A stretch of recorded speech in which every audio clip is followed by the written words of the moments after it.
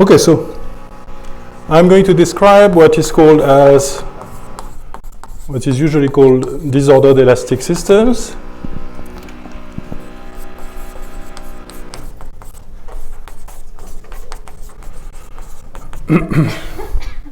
Both static properties, equilibrium properties, and driven dynamics. For instance, under the action of an external force. Now, I will try to focus on driven dynamics, but in fact, the two are intimately connected. So I will also describe statics. So disordered elastic systems also form glass phases. However, these glass phases are a priori quite different from the one that Sid has described to you, because the glassy properties, which are barriers, long relaxation times, they do not come from interaction between constituents themselves, like in structural glasses, like window glass, but they come because the system is in contact with the substrate which contains quench disorder. So the interaction actually within the disordered elastic systems are supposedly simple enough so that you can model them by a simple quadratic elastic energy. And it's in the interaction with the disorder, with the substrate, which makes the problem non-trivial, non-linear, glassy, and so on. Now, of course, system with quench disorder can be quite complicated. You heard about spin glasses in Sid Nagel's talk. And he explained the difference and similarities with structural glasses. And in fact, at least for the theorist, there is at present some kind of convergence in methods in describing both systems. For instance, there was a very nice solution of hard sphere problem in very high dimension recently. I'm not going to talk about this, but this class of glasses are considered as complicated ones, I mean the most difficult ones. Disordered elastic systems are simpler class of glasses. And what do I mean by simpler? Well, for instance, the ground state of such systems are complicated, but they can be calculated in some cases with algorithms which run in polynomial time, meaning that the time of the algorithm, polynomial algorithm, meaning the time of the algorithm is the time to find the ground state is polynomial in the size of the system. While in spin glass, you have, for instance, in 3D Edwards-Anderson spin glass, usually it takes exponential time to find ground states.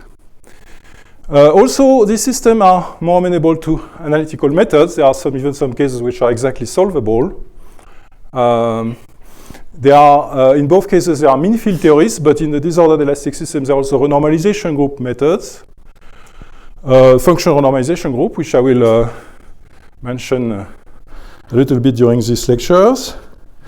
And so this makes a motivation to study them because they also have all these glassy, interesting properties. But a big motivation also is that they are actually good models, or at least have been used to describe a very large number of experimental systems. For instance, ranging from magnetic systems, charge density waves, vortex lattices, wetting systems, cracks in a fracture, even earthquakes. So they have been useful, and probably there are even more applications which can be studied. So you had an introduction to quench disorder by Leo, and this will be in some sense a continuation of this. So he first told you about the effect of quench disorder on the phase transitions.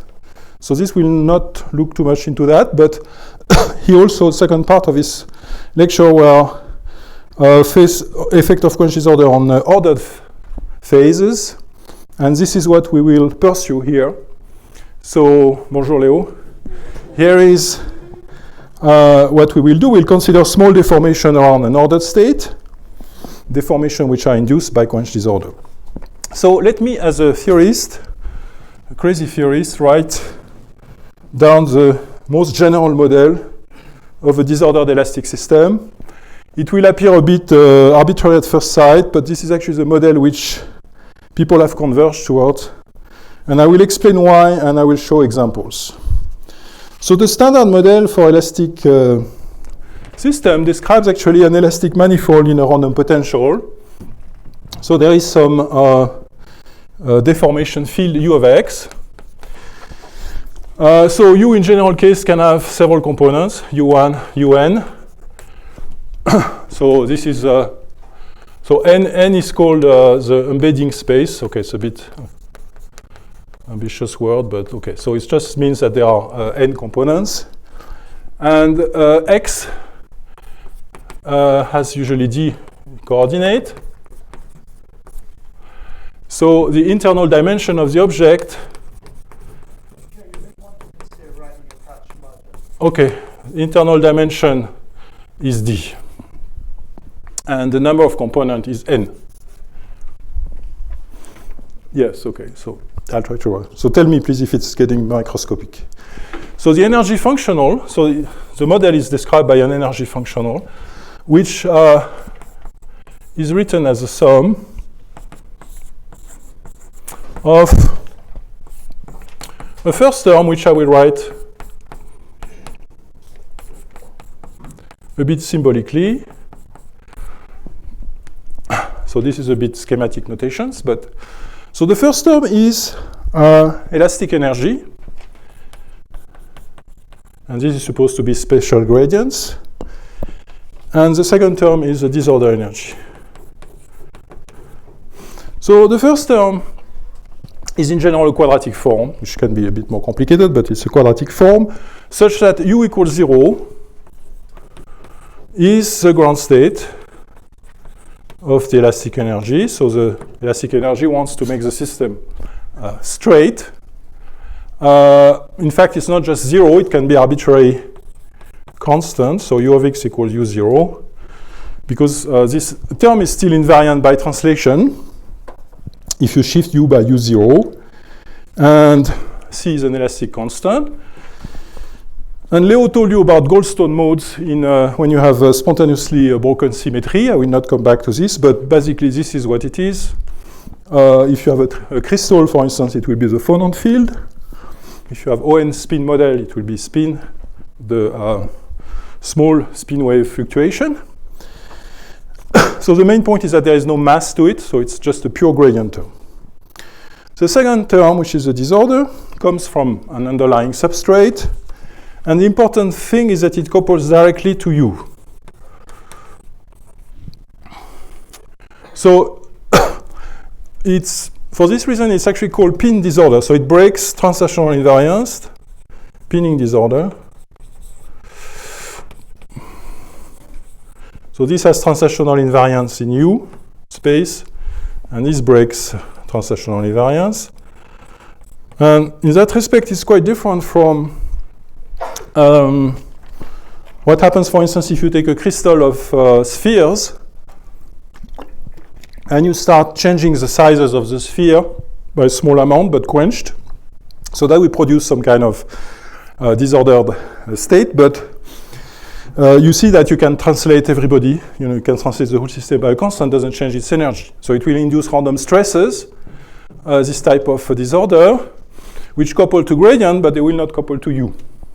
So this is very important that it couples directly to the position U, to the deformation field. Okay, now the random potential. So the random potential V of XU lives in okay, RD cross Rn. So it lives in a space which has dimension still too small. Okay. Okay, okay. Yes. So, are we thinking of this disorder as kind of quenched? Yes. So. Disorder. So, in the sense that it depends on how I perform my system. Absolutely. So this random potential will depend on the particular realization of impurities, for instance, in your system. Okay, I will go to examples later on. So it will be a fixed configuration of this random potential corresponding to a fixed configuration of these impurities. I will give examples. At this stage, it's still a little bit abstract, but let me just write down the model. Okay, so this is total dimension of space. So these are conventions, is big D, small d, and n. I mean, people sometimes permute them or use different convention. I'm going to fix as. Now this random potential, okay, so the simplest thing is to choose it as a random function which is Gaussian. Okay, this would be the simplest choice. It's not necessarily, but let's just suppose for now that it is the case. So if you have a Gaussian, you know that your distribution is entirely determined by the second moment. So for instance, if I have VI Gaussian random variables, then I know that if I know VI Vj, so some matrix, okay, then I know the distribution of probability, right? So I'm supposing always supposing here that averages, V average will be 0. So here the average of V will be 0. Let me write it here. I mean, this is not very important. It could be a constant. It wouldn't change anything.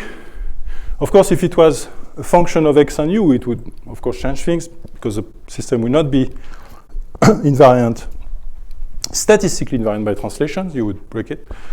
But we're going to assume that this is 0. And it's a Gaussian. Okay, so I need the 2-point correlation function. So over bars here will mean everywhere average over the disorder of a V, distribution of probability of this field V of xu. And the canonical form which people consider, and it will be explained a little bit later, is a product of a delta function in x. Is this big enough? No? No, okay. So this one I have to make it very big. So let me just write it. Okay.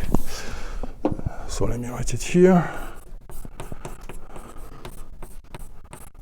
So it will be the product of a delta function in space multiplied by a function of u minus u prime, which I will call r, r0, depending on choices, conventions. Okay, and so this form will appear, it will appear a bit later why we have to choose this form. Right now we just accept it as a fact, and you note that this is invariant by translation, statistically invariant by translation. In other words, if I have only one sample, of course, translational invariance is broken. But if I do averages over many samples, there is still, in this correlation function, is only function of the difference of x and the difference of u. Okay, only the, okay, so there is statistical translational invariance, okay? It is different from translational invariance, okay? Okay. So now this is the model, but of course I have also to, okay, so there will be a lot of importance of symmetries, relevance or irrelevance of terms that you can add to this model. Between translational invariance and statistical translational invariance? Okay. Basically, if this, you here, you are breaking translational invariance, all of you, okay?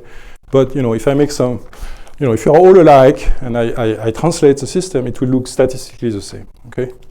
So every property, average property, will be only function of the difference. Hopefully, this will become more clear later. So, yeah, for instance, you can ask questions like, I'm surprised you didn't ask them already, but for instance, can you add higher, can you be non-Gaussian? And the answer is that non-Gaussian terms are actually irrelevant at large scale, but this will be discussed later. But so there will be a lot of importance of symmetries and relevance or irrelevance at large scale. Now, the other thing one has to... you can also probably say it in terms of that correlate. Right? Sorry? The fact that that correlate doesn't depend, the statistics of that correlate doesn't depend on position.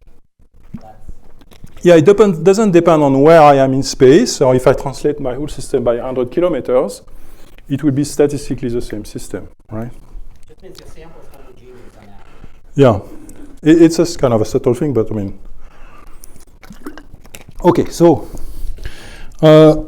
since I want to do dynamics, I have to supplement this with some equation of motion, which I am not going to write now.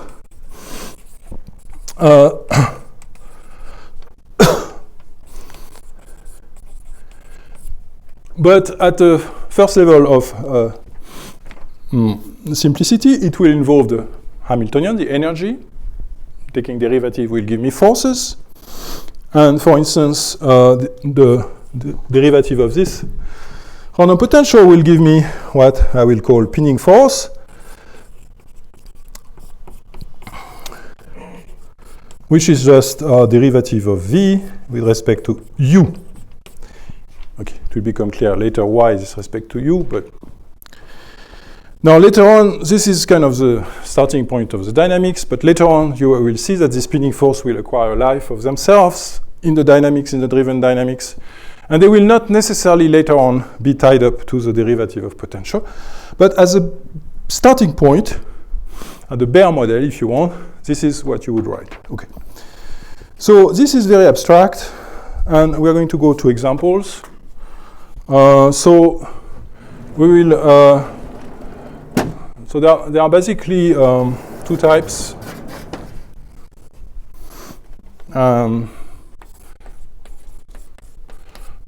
Well, two big cases. The case where U of x is a scalar, so U has only one component. So just a scalar field, n equal 1. And this is a case of interfaces. So we're going to look essentially mostly at the case of a line, which will have just U of x, both real numbers, but you can also look at, so this would be line. You can also look at the height of a surface, in which case you will have, let's say, two components for a surface in 3 dimensions, okay, something like this, x1, x2, and then you look at U here, and U of x1, x2 is some surface height. Okay, just to give you an idea. So these are interfaces, okay? And they have special properties. Sorry, you have to write bigger. Even bigger? Okay. Well, you haven't changed it. You have 9 blackboards. Okay, let me go. Yes, I know. But I have a lot of stuff to write, so. Okay, I will try to write bigger, yes. Okay, so this is the first case, and then you have cases where you need more than one component to describe the system, so n bigger than 1. And basically there are two important cases. There are lines in, for instance, lines in 3 dimensions, for instance, a line in 3-dimensional space, which, if you drive it, will have transverse and longitudinal degree of freedom. And of course, there are the case of crystals, okay? Crystals like 2-dimensional, 3-dimensional crystals, which will have displacement in several directions. Okay, so these are the two basic cases. And then there is also another important distinction is whether you are dealing with periodic problem or non-periodic problem. So this will also come out later. I will start with non-periodic problems. Periodicity arises, for instance, in crystals or in charge density waves, and has different physics. So all these changes, all these cases have slightly different physics. Okay, so let me now. Can I just ask about the pinning force? So that's partial derivative with respect to U. Yes. What was the partial derivative with respect to x? Well, that would not describe really a force acting on the object, actually, I think, but yeah. Okay, so it will hopefully become clear now that we're going to look at examples. So let me look at the first example, which is, okay, so is this going to switch by itself? Or? Which is the domain wall in a ferromagnet.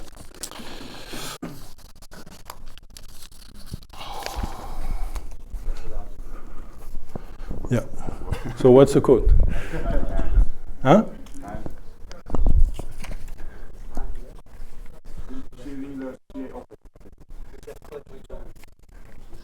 Just return?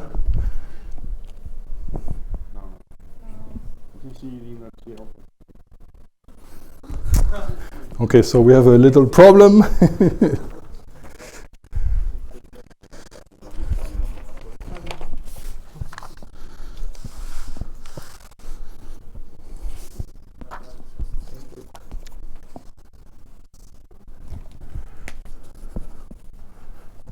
can use the get account. On the bottom, get account.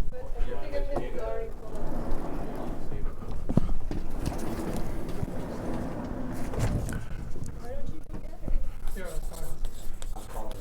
Sorry, guys. Okay, so it's a beautiful experiment, as you can see. And okay, so let me write this model here, and now I can. Okay, so this blackboard will disappear. It's okay. No, because I will need this. But the information is mostly this one. This was not very important. Okay, so I will write here things about model, and then I will write here things about phenomena that one see in the experiment.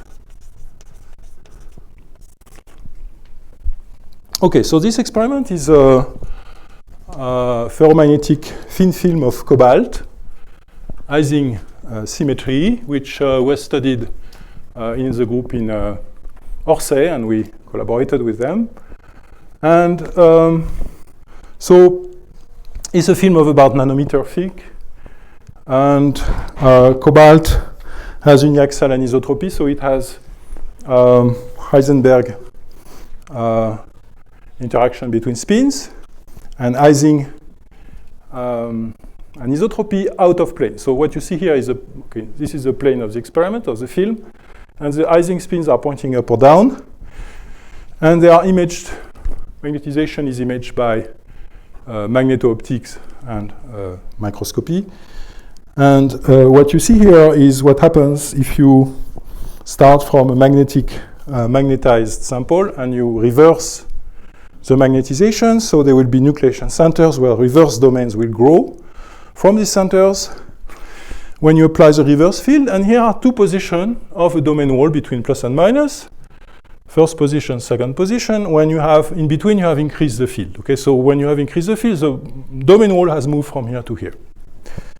So these domain walls are block domain walls. So they have some thickness. So let me write a model in the spirit of what I wrote here, a model for it. So of course, the domain wall wants to minimize its length. Okay. So the energy, elastic energy, will come from the length of the domain wall. So the elastic energy here will be simply integral. Okay, so integral dx. Okay, so I define u as in the picture as the deviation from, let's say, average orientation of the domain wall, and the line. So let me write here also in Fourier. Okay, so we're going to do a bit of Fourier space. So let me just write my convention for Fourier here. Yeah, it's still too small. Huh? Okay. Okay, so let me write once and for all the convention for Fourier. What I will denote by integral over q is always integral d dq 2 pi d. Here d equal 1. So here we're in the situation where d equal 1. It's just a line. And sometimes I will denote by integral x, actually integral d dx. Okay. So C is the elastic coefficient, which can be calculated from the exchange couplings of the model. Domain wall, for block domain wall is well known. And the length, of course, of the domain wall. So where is this coming from? It's coming from the length. So the energy of the domain wall is proportional to its length, which is just, okay, maybe this is trivial for everybody, but let me just write it down. And then you expand this and you get CL plus the first term, which is quadratic, which is the elastic energy. And then there are higher order terms in in the gradients, which we are going to neglect. Okay, so this is typically the energy of elastic energy of the domain wall. And I want to make the setting, theoretical setting, a bit more precise. Suppose we have an Ising model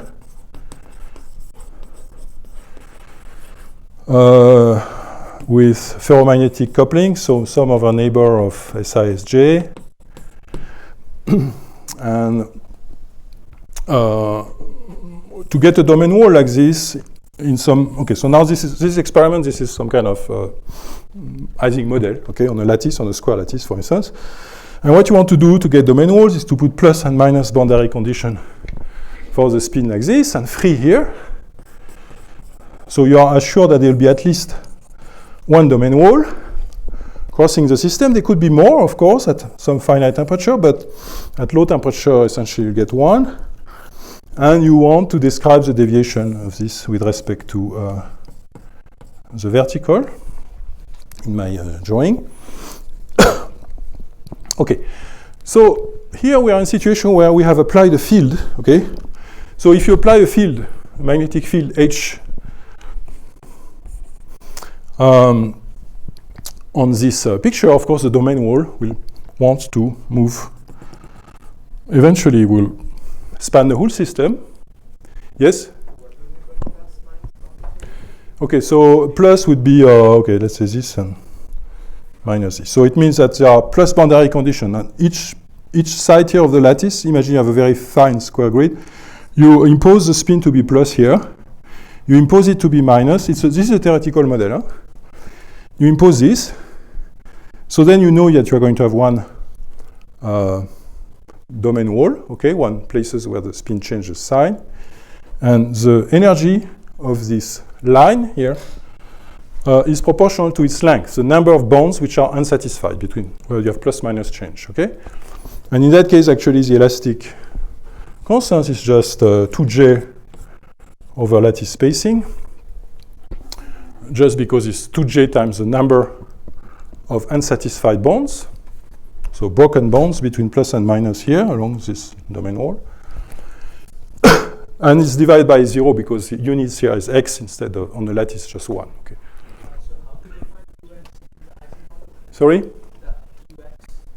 Yeah, so U of x is some field which in principle should be discrete on a square lattice. But I'm going to go to a large scale picture where this is essentially a continuous field and described as this elastic energy. Now, of course, this elastic energy will be valid clearly. There are a lot of, there are a few conditions for validity of this. First, the gradients have to be small, and also Qx. So you have to, clearly this will break down. This description for Ising spin on a lattice will break down when Qx is of order 1 over the lattice constant. Okay, so at small scale, because you could have a small scale overhangs. You're not guaranteed that you are not going to have things like this, you know. Yes? So the straight line is just, I would say, the average position of a wall, but it could actually be anywhere. I mean, this domain wall could as well be here in that case. Okay, it doesn't, if there is no magnetic field, since this is free boundary condition here, it can be anywhere.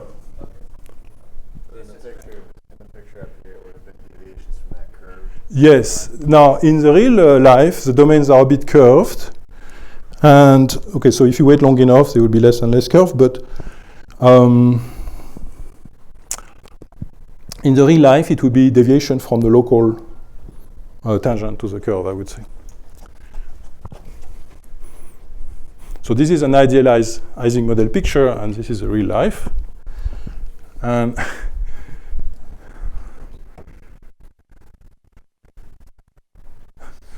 okay, this is real life, really real life. So let me go on. Okay, so of course, if you add an external field, so yeah, so I was saying that this elastic energy, writing it like this, is only for deformation which are wave vector which are not too close from the lattice spacing. So it's valid for Qx small Qx being the Q here. Well, let me just call it Q. Okay, Q is a wave vector in the x direction. And another point which is also important is that, okay, so you can have defects. Okay, you can have overhangs. So if you have something like this, there is no way to define U in a single valued manner. So this is overhang. And in an Ising model at finite temperature, you can have bubbles. Okay, there could be a bubble here. So if it's plus here, minus here, there could be another bubble of plus. Okay, it's not very favorable energetically, but it's possible. You can have bubbles. But the point is that if you are in a ferromagnetic phase, so below the ferromagnetic ordering temperature, then this description is correct, because what happens is that you have these things at small scale, but at large scale, you can describe your system with an elastic constant, which is not going to be this one, but it will be some effective elastic constant, which will depend on temperature, which will actually vanish at Tc, because at Tc, everything goes wild, and domains can be in arbitrary position and orientation and so on. But below Tc, as long as you are in a ferromagnetic phase, so it's valid in a ferromagnetic phase. Okay, so let's go back now to real life. So so what I was saying is that now if you add, so everybody is okay with this? What you're saying is that 2J over A0 is like the field. The zero temperature value. And the only effect of these sorts of disorder of So thermal fluctuation, which will induce necessarily these things. this gives you some temperature dependence. Yes, if you have only thermal fluctuation, it gives you some temperature dependence in the effective elastic constant. Now, of course, we're going to couple these two disorders, so there'll be additional complication. But right now, let's just write the elastic energy by itself. If I add now a magnetic field to this Ising model, then I will add, so if I put a magnetic field, then I have a, you can see here, no, maybe not. I have an additional energy, which is, of course, I mean, this is kind of very simple what I'm writing, but H L delta U. So if the length here is L, and if the thing moves by delta U, then you gain this energy with the magnetic field. So in general, in my model, the magnetic field, or there will be a force. So in my general model, I will add a force here plus integral, or minus actually, integral d dx, external force times u of x, okay, which in that case comes from the magnetic field. Now, I'm sorry, I have to go back to this. So what is password? I mean, come on, give it to me. Huh? Oh no, it's complicated. Sorry, you want to sit around here? No. Yes. I just put my computer here to connect the. Okay. So what has happened? You have increased the field, but then the domain wall has stopped. Okay, so it means it's spin. Okay, it even disappeared. So the domain wall is spinned. Okay, so this is the first thing which happened, is that you have pinning.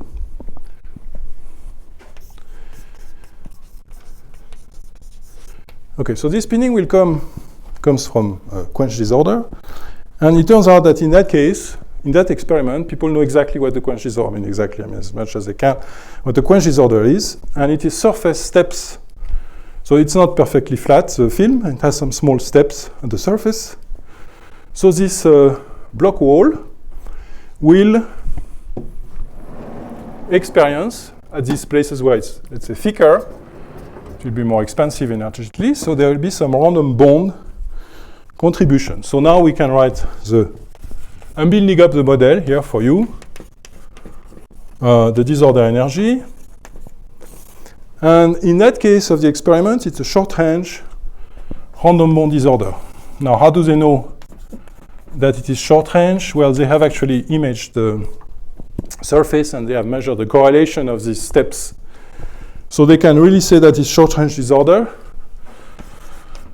And short range disorder is usually called random bond.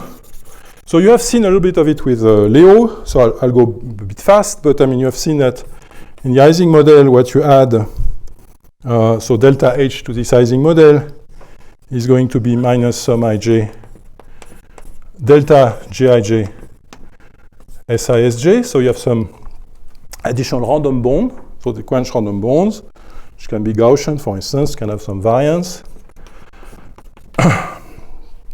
Okay, and how can I write the disorder energy? So the energy of the domain wall, we know that it is the sum of the bonds which are broken between plus and where there are plus and minus on each side, belonging to this domain wall, times G plus delta G at the position of this domain wall bond, at this bond. Okay, so clearly, this is the sum over x of delta G at position x and u of x. So here I have to write bigger x, u of x.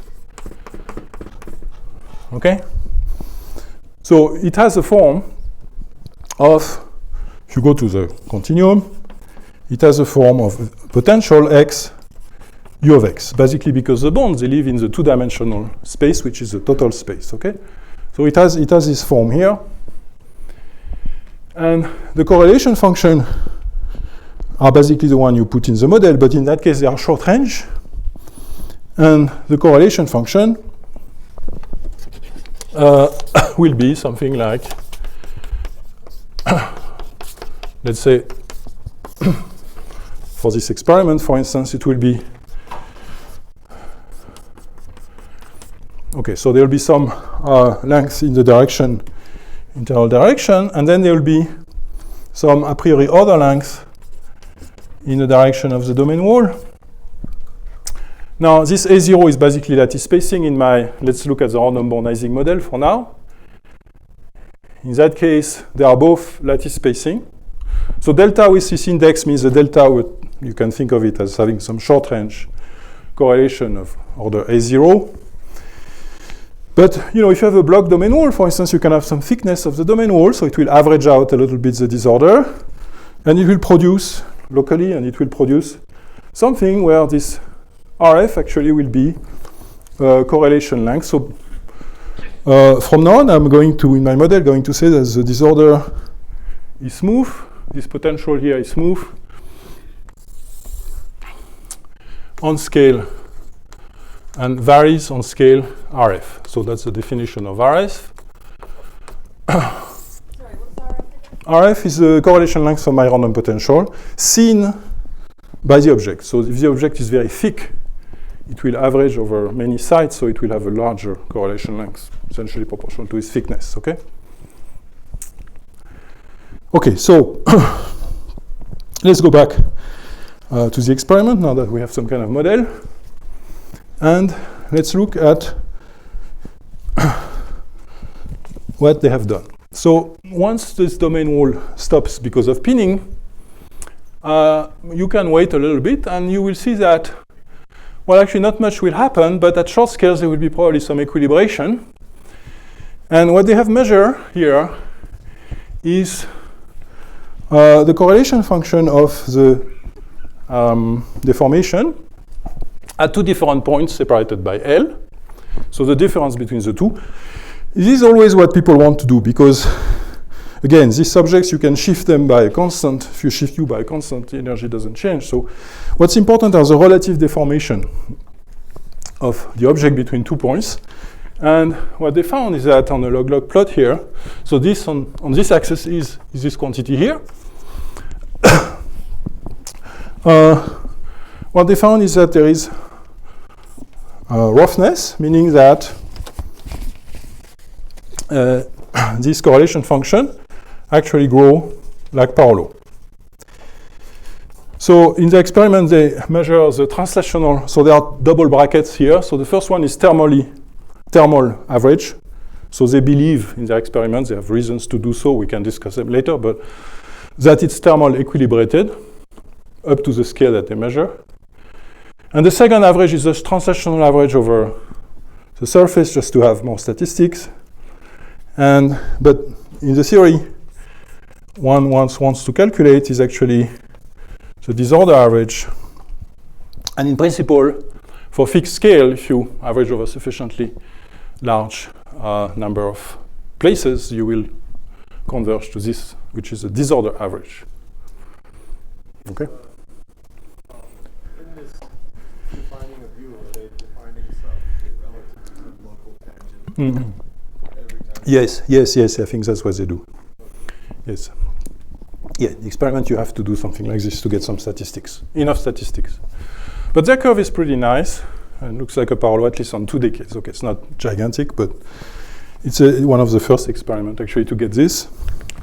And so you have roughness, meaning that from the experiment we can deduce that there will be growth with a parallel exponent zeta. So it means that the scale, the field u, scale like x to the zeta.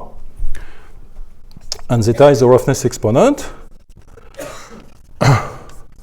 Now there is some amplitude in front, which right now I've written like this. This is what's called Larkin length, but we'll come to this length later on. Important point is that there is this exponent. Okay, so now I have a question for you. If this was thermal fluctuations, which exponent should I see?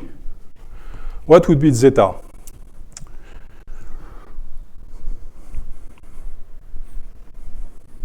Sorry? Bravo. 1/2. Why 1/2?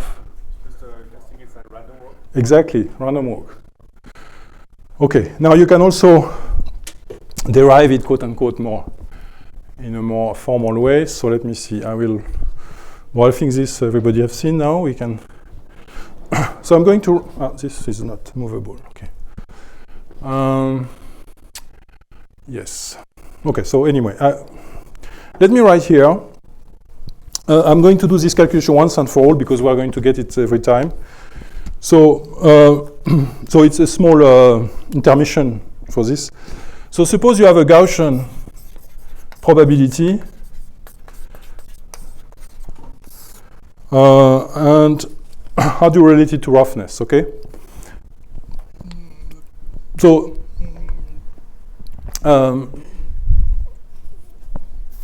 So suppose you have a Gaussian probability. So it can be, like in my question, thermal average, thermal distribution of probability, but phi of q is some numbered function of q. So you know that if you have this, then if you have distribution of probability of u, which satisfies this, then the correlation function is simply given by the inverse of phi. Okay? And there is, of course, a generalization of this with components. So let me write it here, just because we're going to see these things all the time, so I just want to make sure that you have this as some kind of reflex in your mind. As soon as you see a Gaussian distribution, you should know how to calculate correlation. So at some point, we're going to see an object which will be like a matrix here.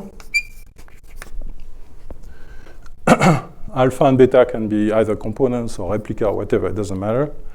You know that in that case, the correlation function of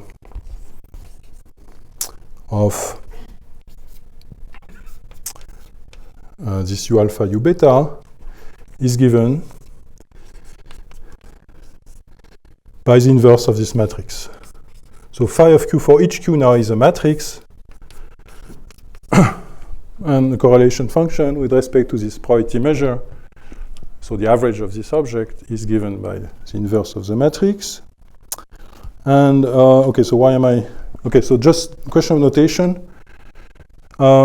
This symbol here will denote this because it's painful to write it all the time. Okay, So this 2 pi d delta, in fact, it should be delta d, I'm sorry. This I will denote generally like q prime equal minus q, okay?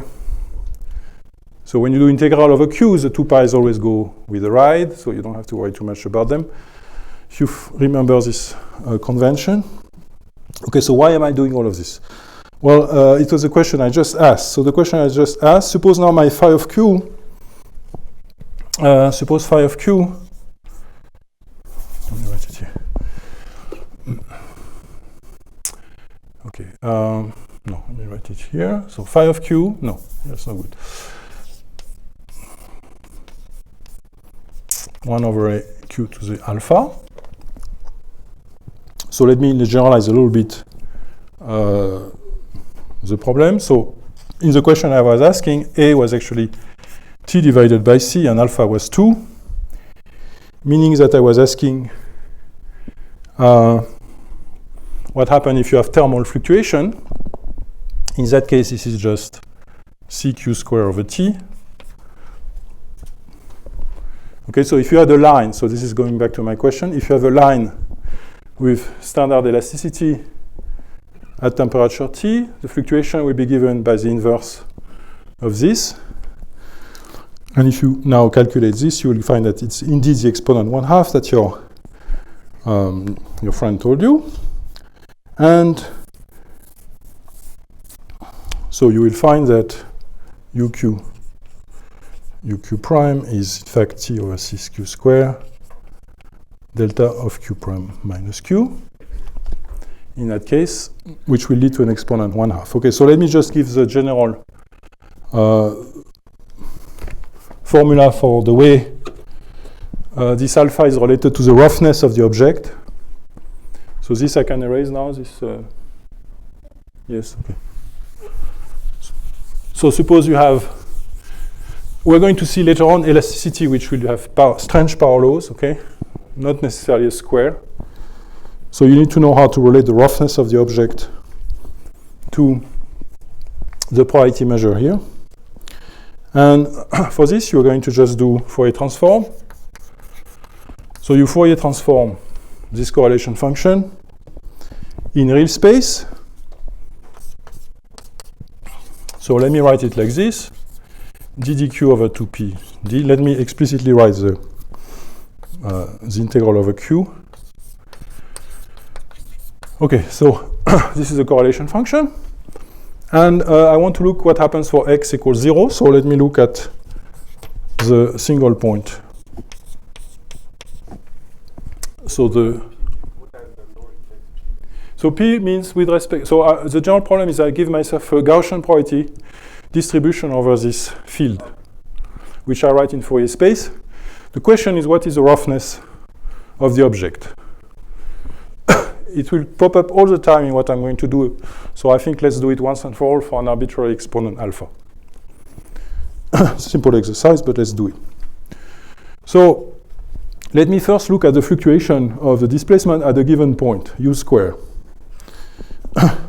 Well, from this integral you can see, okay, so this integral at x equals 0 is always badly defined, so you need to put some cutoff. And the cutoff are, let me write bigger. The cutoff has on one side the size of the system, which I call L, big L, and the inverse lattice spacing, which I call lambda. So it's 1 over A0. And I'm going to forget all factors of pi. Okay, you can put them back later. So you can see that if the dimension of space is high, okay, bigger than alpha, then this integral is divergent for large Q. Okay, so the result will be something like A proportional to AL d minus alpha. If d equal alpha, then it will be logarithmic. So this is what's called a critical case. And if d is smaller than alpha, then it's perfectly convergent for large Q, but now it's becoming problematic for small q. And then you get something which is actually growing with this size of the system. So this is a discussion which occurs very often when you ask whether fluctuation destroy or not some order. So for instance, if you have a lattice spacing, model on a lattice, in high dimension, fluctuation will be bounded. Even if you have an infinite system, locally the atoms, if you want, if you think of a crystal, will not move very much. Okay, it's the case where this A is small, for instance. So the order is preserved, okay? So this case usually corresponds to order being preserved. And by order here, I mean just the fact that U, fluctuation of the deformation, are not growing with the size of the system. And this case is called the critical case, usually corresponds to critical dimension of the system. And in that case here, you see that they grow unboundedly, the deformation. Well, the fluctuation at one point. So you cannot define order. So the order is destroyed in that case. While order again here means a fixed value of U. Okay, U equal constant, not too much fluctuation around it. I will come back to this notion of order later when we'll do the crystal in more detail, but this is just to give you some hint. So now what people want to actually calculate is relative displacement. So, yeah, I'm fucked here, okay. So what I will do, so this we don't need, I think, anymore, right? I can erase this.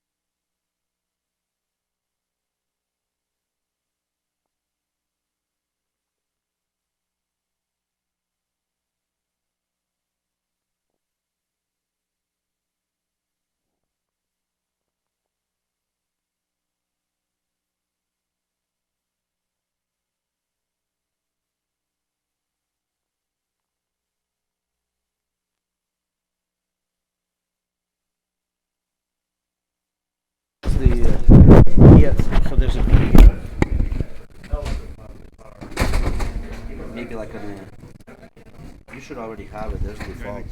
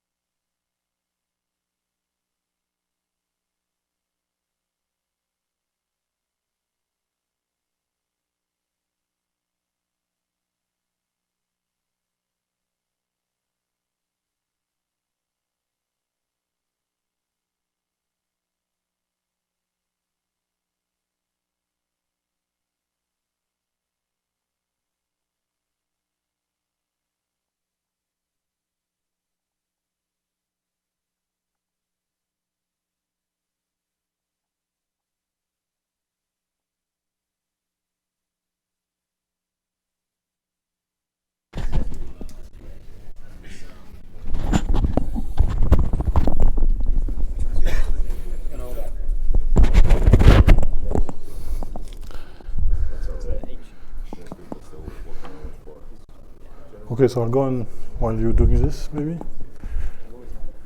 Okay, so let me go on here. So what we are interested in general is difference of displacement at two different points. So it's a small modification, small variation of this. But let me give it because it's useful formula. Okay, so if you expand this square and then you use this formula for x0, 0x, and so on, you have twice a times the integral over q. Now you have the inverse of phi, which is 1 over q to the alpha. And then you have 1 minus cosine of qx. Okay, everybody's agree with that?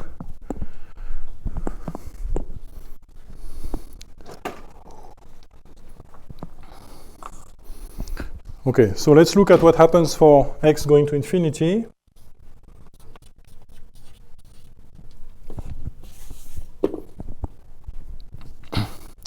So if you're in dimension d bigger than alpha, then this integral, this will oscillate and you will converge to simply twice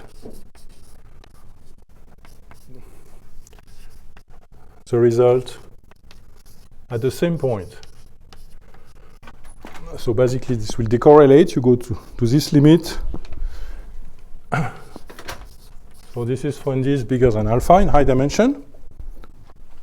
So it means that the relative displacement saturates, it grows, but then it saturates. If you are at the critical dimension, then of course it's like a log.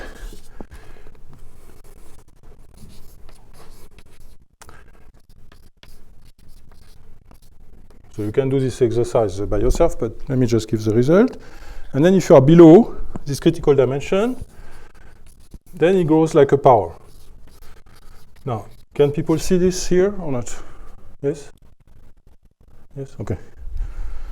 So it's the same result as this one, except that now the size of the system does not appear anymore. It's just the distance between the 2 points, which is cutting this in divergence as small q. It's cut by the x.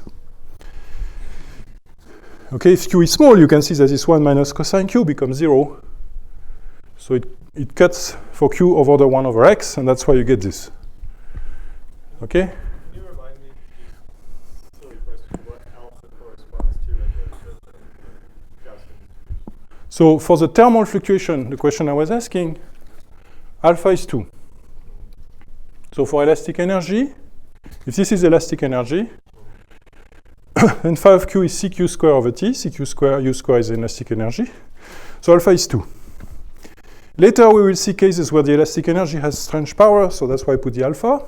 It may be helpful to point out that the Yeah. top line of the top blackboard, you see as 1/2 CQ squared. Yes? The CQ squared is phi. Yeah. Up to factor. That's the Q squared, that's the alpha. Q to the alpha. Yeah. So phi of q was cq square, and you have to divide by temperature because you're looking at the probability distribution, which is exponential of minus Hamiltonian divided by temperature. The canonical. Yeah, so maybe I should have said this here. Let me just write it here. We are looking at, of course, P of u is exponential of minus h of u divided by t. And if there is only elastic energy, then this is the same as this, with phi of q equals cq square divided by temperature. Okay? So if you have only elastic energy, you have a Gaussian distribution of u with phi of q, which is cq square over temperature. So then when you invert it, you get this t over cq square, and this is the case where alpha is 2. Okay, so just one remark here. This is now becoming independent of the size of the system. Okay, it's very important. So you can take safely L to infinity here. It has a limit. Okay, there's one case where there is no limit, but maybe some of you can see it, but okay. We'll discuss it another time. In general, it has a limit. Yeah? So they're all independent in the system. So for fixed x, you can take L to infinity, all these integrals are well defined.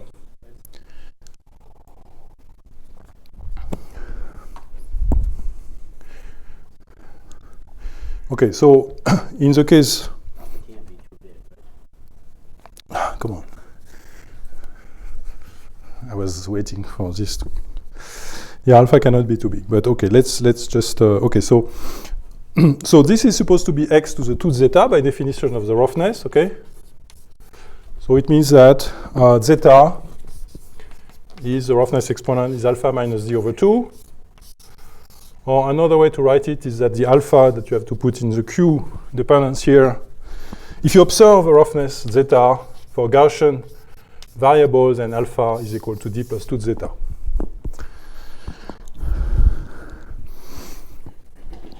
So yes, as Leo pointed out, there is just one small case where this integral actually is not well behaved for small q, which is when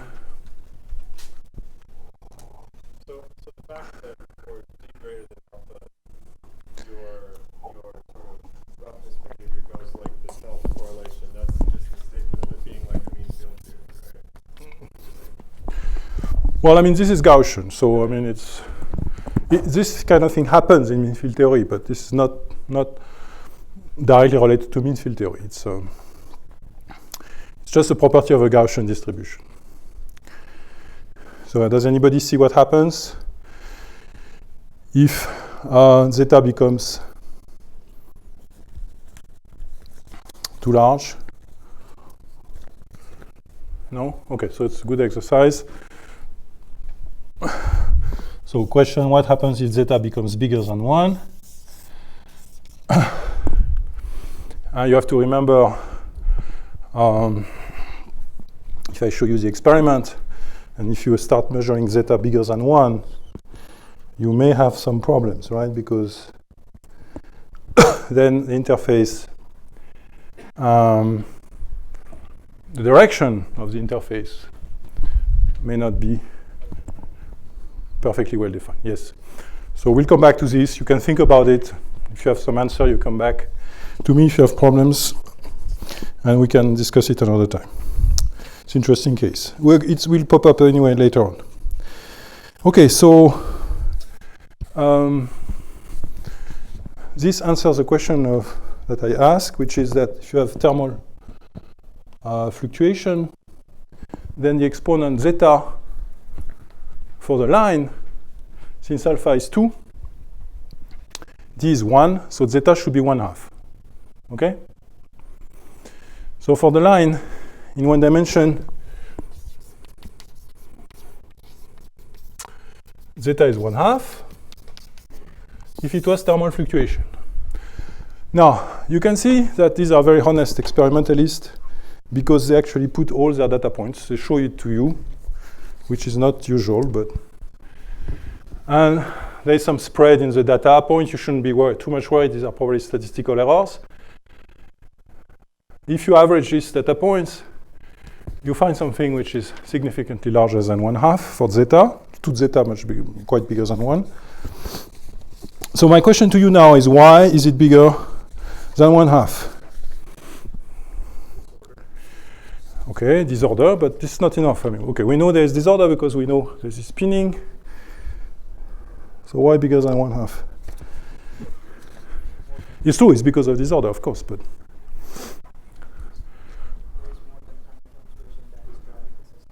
yes, it's more than thermal fluctuation, but still, I mean, if it's why bigger than 1/2? Well, okay, so if you have this kind of point disorder, the system wants to explore configuration. Suppose there's some configuration where there are very favorable spots somewhere. Okay, so I don't know, somewhere here there are very few impurities or very lot of attractive impurities, so the interface likes to go there. Okay, so it will pay elastic energy, but it will gain disorder energy by going a bit further than it goes by thermal fluctuation. Okay, so in fact, the exponent in that case is known. I will show you later. And does anybody know its value? For a line. So the theoretical prediction from the theory for the exponent zeta for short range disorder d equal 1 n equal 1. So this roughness exponent is simple number, and it's not too far from what you get in the numerics. So, sorry, the experiment. So the experiment, they find zeta, which is zeta experiment, which is okay. They are, I think, a bit conservative, but okay, they write this, and this is actually now not just a prediction of physicists, but it's actually a mathematical theorem that is 2/3. I will come back to this later on. So in that case, this exponent is known, and it's 2/3. Okay, so this is, okay, so since they find something close to it, of course, they are convincing themselves that they are looking at thermal equilibrium, because this is a prediction for equilibrium. Equilibrium in that case means minimization of energy, or a low temperature situation, which is the case here. Okay, so this is the first thing. And now we're going to get into dynamics. So what do they do next? Well, they want to look a little bit more at the pinning. So they're going to increase the field and measure the velocity as a function of the applied field, so as a function of the applied force for us. And they observe this. So this is now a quite important curve, which maybe I will write. Okay, maybe I will just erase this. You have seen this roughness here, and let me write this curve in big scale, because there is a lot of important information. So here you're going to write the velocity of the interface of the domain wall, and here the applied force, which in our case, of course, is the magnetic field. So clearly there is some critical force here, some threshold, which they interpolated linearly here. And the velocity, if you are exactly at 0 temperature, so now of course it's a bit of theory, but if you are exactly at 0 temperature, so let me write here 0 temperature, you would have 0 velocity up to Fc, and then, so this would be just a linear. I do something like this. So this would be 0 temperature. And what happens is clearly that there are barriers for motion here, and here there are no barriers. And the interface can move. So this is 0 temperature. Ideal situation. Suppose now we add temperature, and in the experiment there is some activation. Then you expect a curve which will be something like this, which is more or less what they see. Okay, not very nice, but okay. So some curve like this at finite temperature. Okay.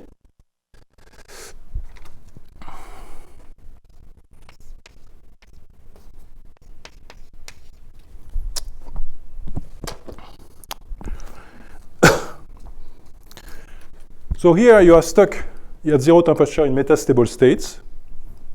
So the system, as you've seen, you increase the field, it stops. You increase further, it will stop to another one, and so on and so on. Eventually, at some field, it will unpin and move. So here there are a lot of metastable states. And if you add temperature, you will be able to go above these barriers and have finite velocity, and you know that if there is thermal activation, you know there is some characteristic time which is proportional exponential of the barrier, which I call EB, let's say here. And if you are in a situation where this barrier is finite, you would expect that the velocity, there is some finite large but finite time scale, and the velocity is reduced, but still linear with the force. Okay, so let me write F here, but reduced by this barrier. So we'll come back to this type of characteristic. So this is if a B is finite. Okay. Now this is not what is observed here. And they have done this experiment now. They have measured the velocity at small applied force, so in that region. And this is really very nice. I think it was one of the, okay, maybe in this location it was seen before, but it is one of the first very clean experimental determination of the creep, what is called the creep law. So I think creep was invented in superconductors, but so this is case number one where the barrier are finite. What happens here is the velocity actually, you see log v is the power of the applied field. So what happens is the velocity is proportional, because there's an f here, but it's not very important, to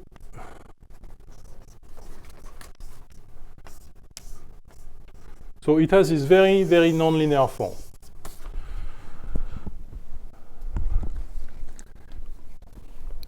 So the exponent mu here from the experiment is found to be 1/4 approximately, and it turns out that this is actually the prediction. We'll come back to it, how you can derive it, but and this is what is observed. So you see, it's like if you had a barrier, which instead of being finite, when the force decreases, it becomes bigger and bigger. Okay, so the barrier that the system sees, the barrier between these states here, becomes bigger and bigger when you get to f equals 0, which f equals 0 is a static. Okay. You experiment F is magnetic field, right? Yeah, F is a magnetic field in the experiment. Okay, so you can see. You don't have the linear factor. Yeah, you cannot see it. I mean, since this is such a nonlinear function, you can put anything you want here. You will not see anything in the. It would be a log if you put it here, so it wouldn't even show up on the curve. But what clearly shows up on the curve is as divergence of barrier. So people call this divergent barriers, and they said it is the hallmark of a glass. Okay. So we'll come back to this, but the reason why this divergent barriers is because the static phase here, which is this line here, I mean at 0 force, is a glass state. So between metastable states, there is essentially very large barriers. We'll see later how it works, okay? So this point here, this will be a critical point. This is a static at finite or 0 temperature. It's in a critical state, and it has a roughness exponent. So it's critical in the sense that correlation of U are power laws. So like in critical system, like when you have phase transition, there is no scale. So power laws with this roughness exponent, which we discussed before. And it's one critical state, okay? So it's a static critical point.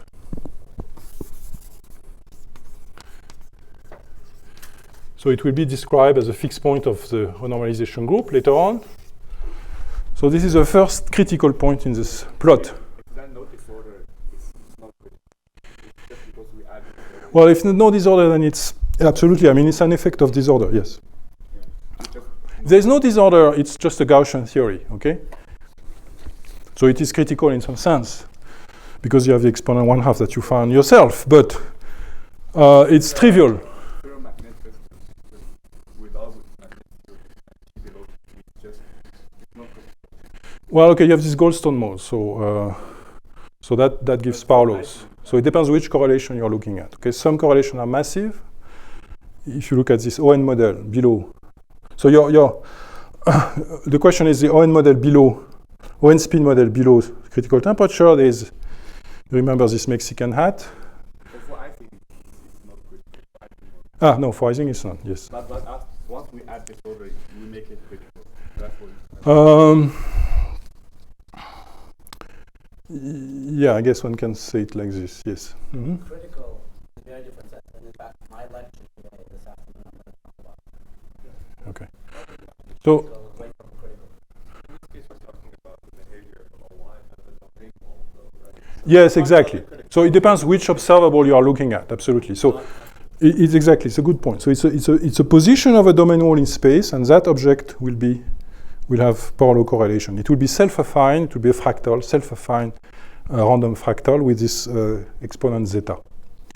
But if you look at the spin themselves, they are not going to be critical in any sense. Okay. Okay. So it's really the interface itself which is critical.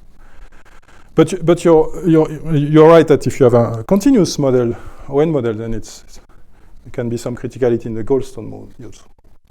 Okay, so the second critical point on this plot is this deepening threshold. So people call it either FC, or sometimes you can see F threshold or F deepening. Okay, there are various notations for this force. The deepening critical force, whatever you call it, it's also going to be a RG fixed point. So it will be this time, so this was an equilibrium fixed point. This will be a non-equilibrium critical state, non-equilibrium critical point, sorry. You're going to see that it will also be characterized by a roughness exponent zeta, which will be different from the other one. This will anticipating a little bit. So it will have scale invariance also. And at this transition, so this FC is like TC. It's like TC if you want. You can think of it as TC, except it has nothing to do with temperature. But it's a parameter you vary. And when F equal FC, you are at a critical point. And the other parameter associated with this transition is the velocity. So below, it is 0, and above, it's positive. So we'll come back to the description of this critical point later on. Okay, so I think I've said everything about this. Good. So, some questions? So the non-equilibrium critical point just for T equals 0. Yeah, just at T equals 0. Like just in finite temperature it will occur. Exactly. So, in fact, this is exactly what I forgot to say. You're right, thank you. You see that if you are exactly at finite temperature, the velocity will be small, but not 0. So there is what is called a thermal rounding. So this region here, which you see actually on the experiment, is called thermal rounding. And it will also be characterized by exponent if you get close to FC. But the true criticality is at FC and 0 temperature. Temperature will be a perturbation of this critical point. And to be honest with you, the way this works, the thermal rounding, is not fully understood. So there is no complete picture right now of the thermal rounding. Okay? So, but I'll come back to this later. Some other question? Okay, so now I will tell you about, yeah. Can I ask you, so in the experiments, that int is such that spin is not conserved, so you can convert pluses to minus, up spins to down spins? Yeah. So this is dynamics without conserved quantity. Yeah. Yeah, I'll come back to it later again when we write the equation of motion. Okay. No more question on this? Do we have a way to control it experimentally? Just This I must say I don't know. No. But they can tell you that for these experiments, there's no conservation. Yes, and in fact okay, so I'll come back to this very important point. Whether there is, okay, because if there is conservation, it means that when the interface advances somewhere, it has to recede somewhere else. And that's different physics because it violates the Middleton theorem, and so, but we'll come back to it. So it's important. clearly in this experiment, it's non-conserved. Now, why exactly? Okay, this I'm not sure I can answer. You have to ask them maybe. Okay, so let's go back now to our model, and in particular to this form here, which usually brings a lot of protestation, because people don't like the fact that you treat differently X and U, right? If you have isotropic disorder, why would you treat differently X and U? But there is a simple reason for that, and I think the simplest is just to show how it works when instead of random bonds, you have random fields. So let me just redo this exercise here now with, sorry, the exercise was here. Let me now do it with random fields. Okay, so I will actually use this blackboard. No, yes. So suppose I have now Ising model, but I have, instead of random bond, I can have both, of course, but instead of random bond, I have random field. So this will be random field.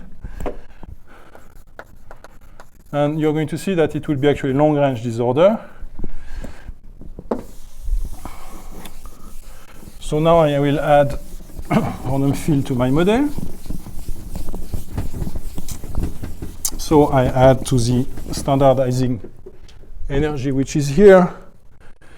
So it's Ising plus some I, HI, SI.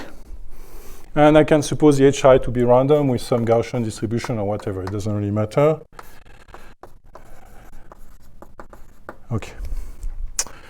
Let me look at the position of a domain wall. Let me start with a single 0 plus 1. It's even simpler than the interface. So total space dimension 1. And I have my spin, let's say, up here, domain wall down here. And suppose that the domain wall moves to this position. Well, let me make it more extreme. So let me suppose it moves to this position. So there are two spins which went up. Okay. Okay, my lattice spacing is not very homogeneous, but you understand the idea, right? The domain wall are sitting between two sides, okay? So the interface has moved by U. And clearly, the change in energy, so the disorder energy is just the sum from I equal 1 to U of HI, because I have returned two spins from plus to minus. So maybe there is a minus sign, I don't know, but this has no importance. No, sorry, depends if I put minus here or plus. But okay, anyway, it's either plus or minus. You'll put the right sign. The important thing is that it's the sum of this field from 1 to U. So the field, random field here plus a random field here. So you see that if U becomes large, this is a sum of random variables. So it's like a random walk. Okay, so for large U, for large displacement, you see that the variance, this is like a random walk, so you can apply central limit theorem, it becomes basically Gaussian with the variance growing like U itself, okay? Okay, it's a random walk. Sum of independent random variables, you know that it grows like U, okay? Because the variance of this sum is the sum of the variance, which is proportional to U, okay? So you see that now the random potential has completely different behavior. It's not short range anymore. And you can do the argument, I will just sketch it here, but it's kind of obvious. I will not write the formula, but you can do it as an exercise. If you have several layers now, like this, and you are now in 1, in D equal 1 plus 1, which is what we are interested in. And if you have a domain wall moving from this position, let's say to this position, so from U1 of X, so this is X, to U2 of X, clearly what you have to do to find the energy difference is the sum of all the random field in this shaded area here. Okay? So again, it will grow. It will lead to correlations, which will be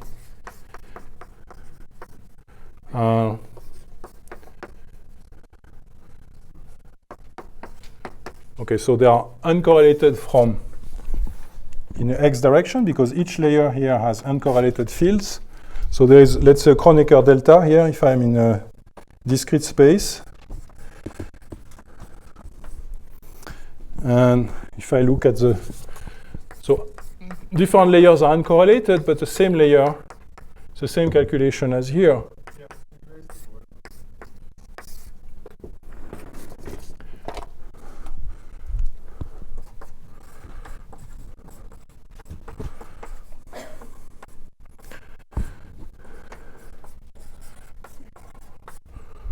Then the correlation will go like u, okay?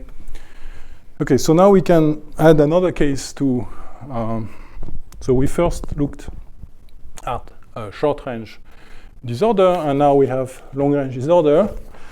So maybe I can write down here the various cases for this R0. So we found two cases, one which is short-range random born,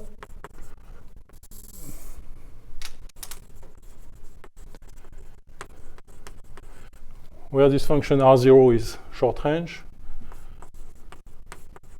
decays very fast, okay, with u, and then there is long-range random field,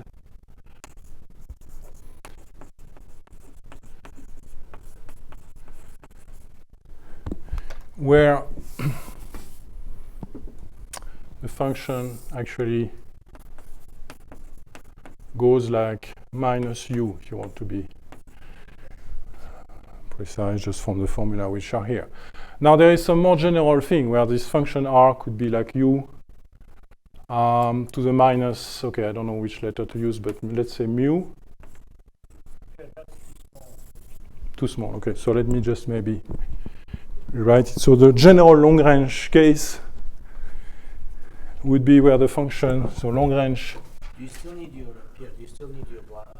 The top? No, the overhead. Projector, maybe you can raise the screen right there. No, I will still need it. So sorry. Yeah, maybe I can just write here. It's a bit chaotic blackboard, but so the general long-range case is when R0 of u is like 1 over u to the power mu, let's say. Okay, so mu is -1 is the random field. And if mu is sufficiently large, it's the same as short range. Okay, so if mu is sufficiently large, we don't know exactly because there is some crossover between the two, which I'm not going to discuss now, but then eventually you cross over to short range disorder. But in general, there is a family of problems with various mu. Okay, so how much more time do I have? Well, you're supposed to stop 10, 12 minutes ago. Okay. Can I just yes, just add just the last thing. Limitation of the model.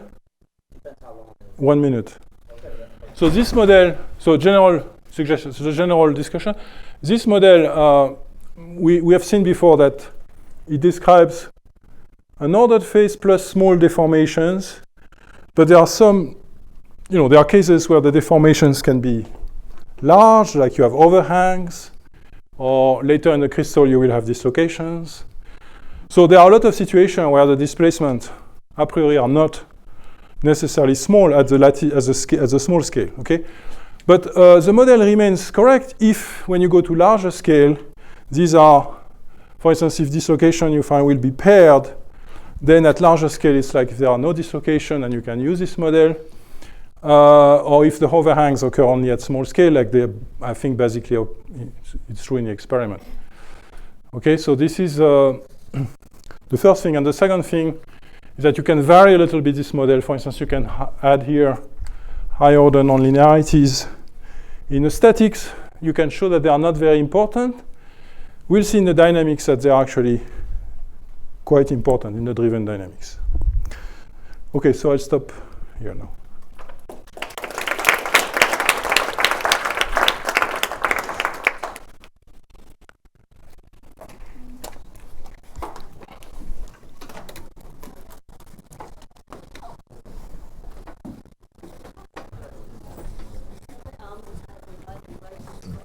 Mm.